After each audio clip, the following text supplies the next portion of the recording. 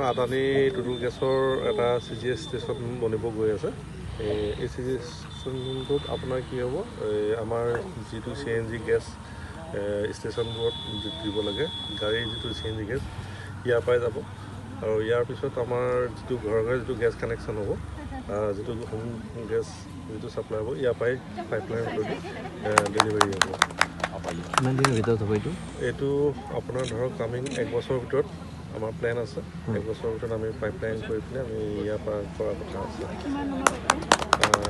লম্বা পাইপলাইনটো ইয়াৰ পৰাতো আপোনাৰ প্ৰথম আমাৰ বঙাইগাঁও কভাৰ কৰিম, তাৰপিছত এটা পাৰ্ট আমি লেংথটো ধৰক আপোনাৰ 12 কিলোমিটাৰ 14 কিলোমিটাৰ এনেকুৱা হ'ব। আচ্ছা, তো চিলিণ্ডাৰ অতীত হ'ব গৈ আছে নেকি? চিলিণ্ডাৰ কোনোবাই ইউজ কৰিলে কৰিব পাৰে, কিন্তু পাইপলাইনটো আমাৰ প্ৰত্যেকখন ডিষ্ট্ৰিক্ট আমি কভাৰ কৰিব লাগিব।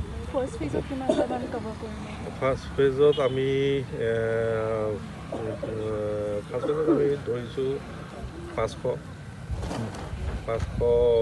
হোম গেছ কানেকশ্যন আমি কৰিম বুলি।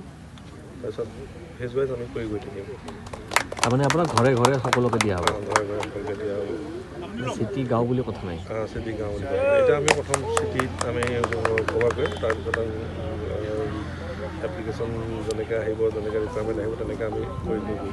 মানে আগন্তুক 10 বছৰত চিলিণ্ডাৰবিলাক নোহোৱা হৈ যাব আৰু প্ৰায়?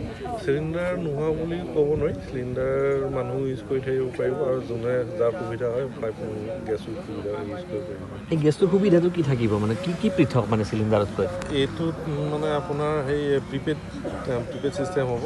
আপোনাৰ চিলিণ্ডাৰ লৈ পিনে যাব নালাগে, আৰু আপোনাৰ পাইপ গেছতে আপোনাৰ মিটাৰ থাকিব। মিটাৰ মতে আপোনাৰ বিলিং হ'ব। যিটো আমাৰ এতিয়া চিলিণ্ডাৰ যিটো ৰেট হৈ আছে তাতকৈ অলপ কমো হ'ব, আৰু ছেফটিৰ ফালৰ পৰা আমাৰ চব সুবিধা থাকিব। ক'ৰবাত কিবা হ'লে আমি লগালগ আমাৰ ভাল বন্ধ কৰি আমি সেইটো লগালগ মানুহ দি পিনে মেইনটেনেঞ্চো কৰিব পাৰিম। গেছটো আহিব আপোনাৰ যিটো আমাৰ NIL যিটো গেলৰ যিটো লাইন আহিব, সেই গেলৰ লাইনৰ পৰা আমাৰ গেছটো আহিব। সেইটো থ্ৰু মিউনিচিপালিটি আমি এডভাৰটাইজমেণ্ট কৰিম, থ্ৰু ডিষ্ট্ৰিক্ট এডমিনিষ্ট্ৰেশ্যন আমি এডভাৰটাইজমেণ্ট কৰিম, আৰু তেনেকৈ ফৰ্ম ডিষ্ট্ৰিবিউট কৰি পেলাই ফৰ্ম কালেকশ্যন কৰি পেলাই আমি ফেজ ৱাইজ কৰিম।